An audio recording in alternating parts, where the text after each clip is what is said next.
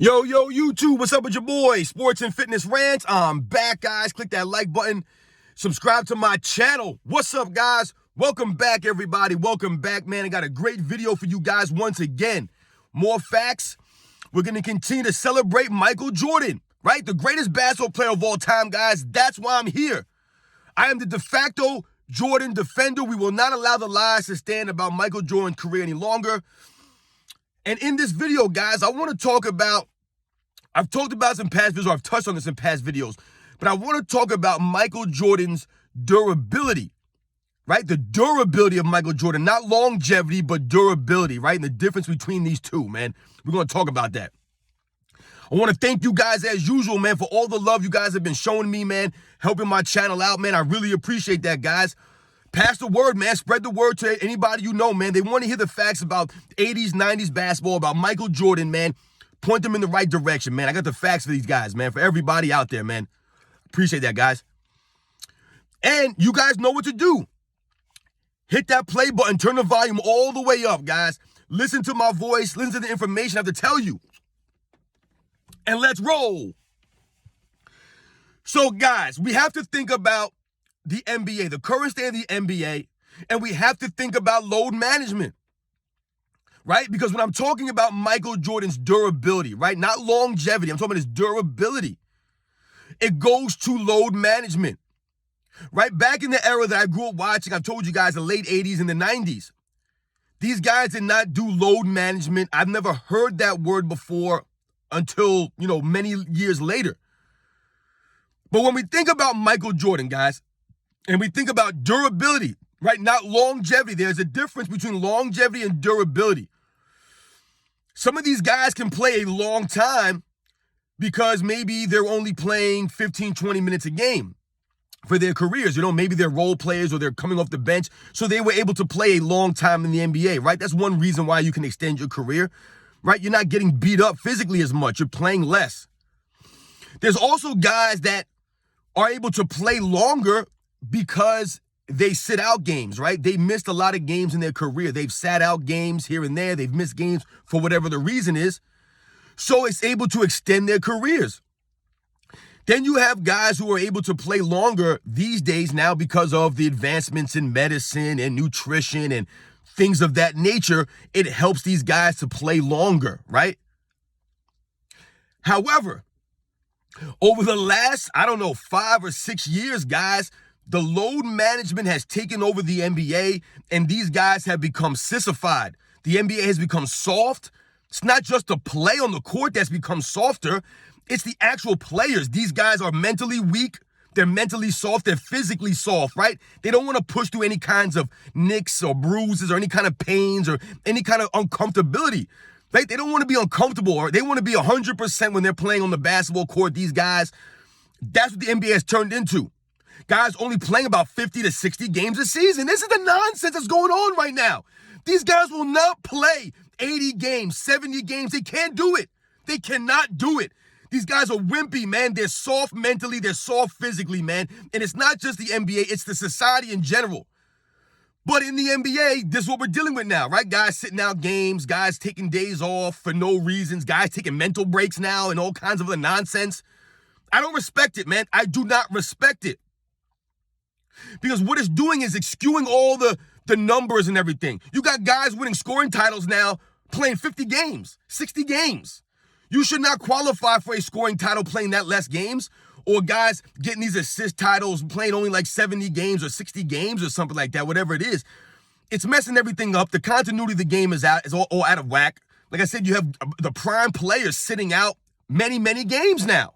Fans going to the arena to watch their favorite player play, he ain't there.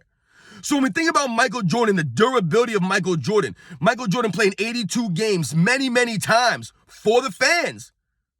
You guys think about Michael Jordan's career. The only season that he missed a significant amount of time was his second season with the broken foot. We all get that. We all know that. So when we think about Michael Jordan's Chicago Bulls, right? He played 11 full seasons. 11 full seasons.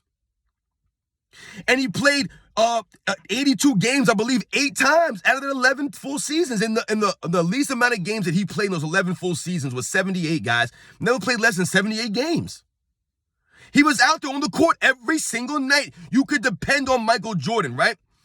And why I say that his durability is crazy is because the man played at such a high level on both ends of the court, playing damn near 40 minutes a night, leading the Chicago Bulls every single night, and never sitting out games, never taking a quote-unquote rest day, right? Not ducking opponents. You know, oh, this team is number one in defense. Let me sit it against these guys. I'll play the next game against the Clippers. You know what I'm saying? Like, he never did stuff like that. He was there every single night, no matter who the opponent was. I told you, man, he took on all challenges. He ducked nobody. So when we think about Michael Jordan, we try to compare, some of these current players to someone like a Michael Jordan or players of past eras. When it comes to this load management stuff and this sissified game of basketball that's become the soft mentally of these guys, the soft mentality of these guys, I mean, listen, you got some of these guys wearing dresses in the game. I don't know what that's about, man. Neither here nor there. I try to mention that, guys, because it's weird to me, man, when I see some of these guys. But these are the kinds of players that we're dealing with now, right? Guys sitting only playing about 60 games, 50 games.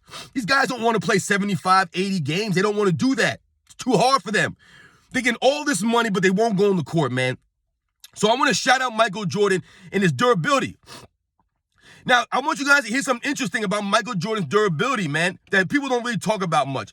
Now, we all know when he came back for the second three-peat from 1996, 1997, and 1998, he did not miss a single game. Very impressive, right? 82 games, all 3 seasons, right? Won 2 MVPs, all defensive first team, won 3 finals MVPs, 3 championships. I believe he won an all-star game MVP.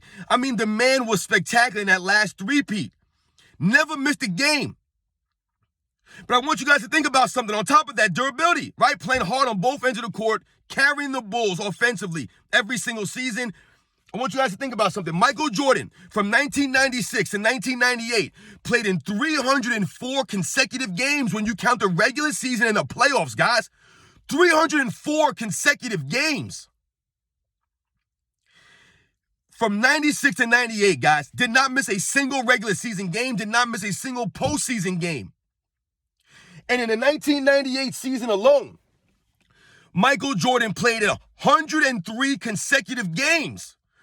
82 games in the regular season, and I believe 21 postseason games the Bulls played that season. So he played 103 consecutive games in 1998, guys, at the age of 35 years old. That's remarkable. That's impressive, man. When you think about all those years that I talked about together, 304 consecutive games, guys, between the regular season and the playoffs at ages 33, 34, and 35 years old. Michael Jordan did that. That's the durability of Michael Jordan. He was physically tough, and he was mentally tough. His mental game was his greatest asset, his greatest strength. He pushed through injuries. He pushed through pain. He gritted out a lot of that stuff, man. He had to be gritty. A lot of guys in that era had grit, man. I've talked about this before, man. And Michael Jordan was one of the toughest competitors of the era, man. He never backed off. He never sat out. He never rested. He took no breaks. From 96 to 98, 304 consecutive games, guys, at 33, 34, and 35 years old.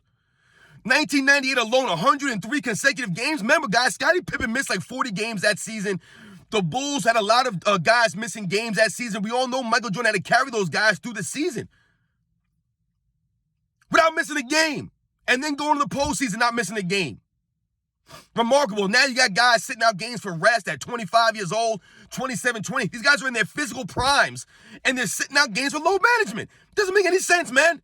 That's why I cannot respect a lot of these guys these days, man, and I can't put them in the same conversation as some of the other greats I grew up watching in the 80s and 90s. I cannot put these guys in that class. I can't. Not when they're sitting out for load management. These guys will not play a full season. I don't respect playing 55 games or 60 games every single year. I don't respect that, man. No respect for that. No respect. But these guys want to get paid all this money. They want all this respect, but they're never on the court. So shout out to Michael Jordan. Michael Jordan's durability, man. Being able to play from 1996 and 1998, 304 consecutive games between the regular season and the playoffs, never missing a game, playing 37, 38, 39 minutes a game on both ends of the court, carrying the Bulls offensively. I mean, something else, man. The durability of Michael Jordan, it's crazy, man. It's unmatched what the man was able to do on both ends of the court at the highest of levels. Never taking rest. No load management for Michael Jordan, man. Shout out to Michael Jordan. Shout out to all the Michael Jordan fans. Shout out to the players of the 80s and the 90s, man, for being tough, having grit. These guys didn't get paid all kinds of money, and they showed up, and they were out there, man, giving it their all, man. Much respect to that era, man, and I'll catch you guys on the next one.